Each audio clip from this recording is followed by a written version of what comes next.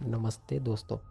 आज मैं एक बार फिर आपके बीच लेकर आया हूँ एक बेहद ही प्यारी लव स्टोरी। तो इसे कृपया पूरा देखें और कैसी लगी ये कमेंट बॉक्स में ज़रूर बताएं।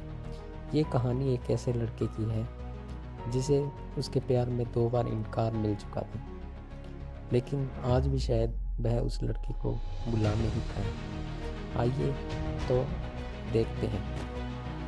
आदित्य पढ़ने में थोड़ा एवरेज और लड़कियों के मामले में थोड़ा कच्चा था। उसकी मुलाकात 11th स्टैंडर्ड में खुशी से हुई। खुशी पढ़ने में अच्छी और अपने फ्यूचर के बारे में सोचने वाली लड़की थी। धीरे धीरे 11th ख़त्म होते होते वो अच्छे दोस्त बन गए और 12th में आदित्य ने खुशी से अपने प्यार का इजहार कर दिया, लेकिन खुशी ने इनकार करते हुए बड़े प्यार से उसे समझाया कि इससे हम दोनों की ज़िंदगी खराब हो जाएगी, क्योंकि हम ना ही क्लास में पढ़ाई कर पाएंगे और ना ही घर पर। आदित्य को खुशी की बात बड़ी बुरी लगी, लेकिन फिर उसे समझ में आ गया कि खुशी सही कह रही है और उससे अपने फ्यूचर और पढ़ाई पर फोकस करना शुरू कर दिया। और अब आदित्य किसी भी लड़की से बात नहीं करता था, यहाँ तक कि खुशी से भी नहीं, क्योंकि उसे लगता था कि वो जब भी खुशी से बात करता है अब उसे अच्छा नहीं लगता था, क्योंकि कुछ दिन पहले तक खुशी उसकी क्रश थी और आज वो उसे रिजेक्ट कर चुकी थी। और आदित्य इन सब बातों को नज़रअंदाज करते हुए अपने इंटरमीडिएट की परीक्षा में मेहनत करके पूरे स्कूल में फर्स्ट आ गया। बाद में आदित्य दिल्ली के एक कॉलेज में बीटेक करने लगा और वहाँ भी वो किसी लड़की से बात नहीं करता था, क्योंकि खुशी ने उससे जो भी बातें कही थी कहीं न कहीं उसके दिल में बैठ गई थी। और जब भी उससे कोई लड़की बात करने आती वो मुंह मोड़ लेता था। वो धीरे धीरे अपनी पढ़ाई में और भी अच्छा होता गया और आखिर में आते आते वो अपने कॉलेज में भी टॉप 10 की लिस्ट में आ गया और उसे कॉलेज से प्लेसमेंट भी मिल गई और वो जॉब करने फिर से मुंबई चला गया। मुंबई एक बहुत ही बड़ा शहर है जहाँ एक मोहल्ले के लोग दूसरे मोहल्ले को नहीं जानते। वहीं जब आदित्य ऑफिस गया तो उसे वहाँ खुशी दिखी, लेकिन अब खुशी के लिए उसके दिल में कोई जगह नहीं थी और इसलिए वो बार बार खुशी से चिढ़ता रहता।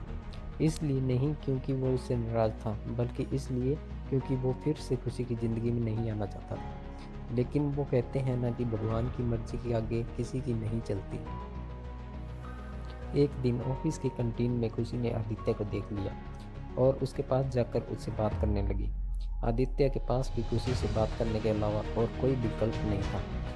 दोनों के दिल में पिछले 4 सालों में जो भी दर्द था उन्होंने एक दूसरे को बताया और खूब सारी बातें की। खुशी ने उससे बिछड़ने के बाद अपने सफ़र के बारे में बताया और आदित्य से उसके बारे में पूछा, जिसके बाद आदित्य को कहीं न कहीं लगने लगा कि खुशी गलत नहीं थी और आदित्य को फिर से खुशी से प्यार हो जाता है। कुछ दिन बीतता है और दोनों की दोस्ती और भी गहरी हो जाती है और एक दिन अचानक आदित्य खुशी से बात करते करते उसे अपने प्यार का इजहार कर देती है, लेकिन खुशी फिर इनकार कर देती है। और जब आदित्य उससे इसकी वजह पूछता है तो वो बताती है कि उसकी शादी तय हो गई है और 1 महीने बाद वो ये जॉब छोड़ देगी। जब ये बात आदित्य को पता चली तो वो एक बार फिर टूट गया, जिसके बाद वो अपने आप को संभाल नहीं पाया और एक चिट्ठी खुशी के लिए छोड़कर चला गया। और खुशी उस खत को पढ़ती है जिसमें लिखा था, मेरी प्यारी खुशी, मैं तुमसे बहुत प्यार करता हूँ, लेकिन शायद तुम मेरी ज़िंदगी में नहीं हो, इसलिए तो मैंने तुम्हें 2 बार खोया है। कोई भी इंसान इतना बदनसीब कैसे हो सकता है कि अपने प्यार को 2 बार खोए। मैं नहीं जानता कि मैं तुमसे दूर रह के जी पाऊँगा या नहीं, लेकिन अगर तुम्हें किसी और से शादी करते हुए देख लूँगा तो पक्का नहीं जी पाऊँगा। इसलिए मैं तुम्हें और इस शहर दोनों को छोड़ कर जा रहा हूँ। शायद तुम मुझे भूल जाओ, लेकिन दूसरी बार मिलने के बाद मैं तुम्हें कभी नहीं भूल पाऊँगा। मैं भगवान से प्रार्थना करूँगा कि वो तुम्हें और तुम्हारे होने वाले पति दोनों को हमेशा खुश रखे। तुम्हारा प्यार, आदित्य। खत पढ़ने के बाद खुशी बहुत रोने लगी और आदित्य को बहुत ढूंढा पर वो कहीं नहीं मिला। और बाद में खुशी ने अपने परिवार की खुशी के लिए अभिषेक से शादी कर ली। लेकिन खुशी को आज भी ये बात हमेशा सताती रहती है कि आदित्य कहाँ होगा, किस हाल में होगा।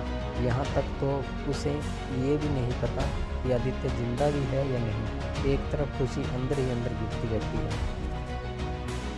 लेकिन दूसरी तरफ वो एक परफेक्ट बहू, परफेक्ट पत्नी और परफेक्ट माँ भी है, जिसे उसके परिवार वाले हमेशा प्यार करते हैं और हमेशा प्यार करते रहेंगे। हमें ये तो नहीं पता कि खुशी ने 12th स्टैंडर्ड में या जॉब टाइम पर आदित्य को ठुकराया, गलत किया या सही, लेकिन आदित्य ने ये साबित कर दिया कि वो खुशी से सच्चा प्यार करता था और इस बात का एहसास शायद अब खुशी को भी हो चुका था और इसलिए शायद आज तक खुशी अपने आप को माफ़ नहीं कर पाई। मिल जाती अगर सभी को अपनी मोहब्बत में मंजिल, तो यकीनन रातों के अंधेरों में कोई दर्द भरी शायरी नहीं लिखता। चलो दोस्तों, इसी के साथ मैं इजाज़त लेता हूँ। अगर आपको हमारी स्टोरी अच्छी लगी तो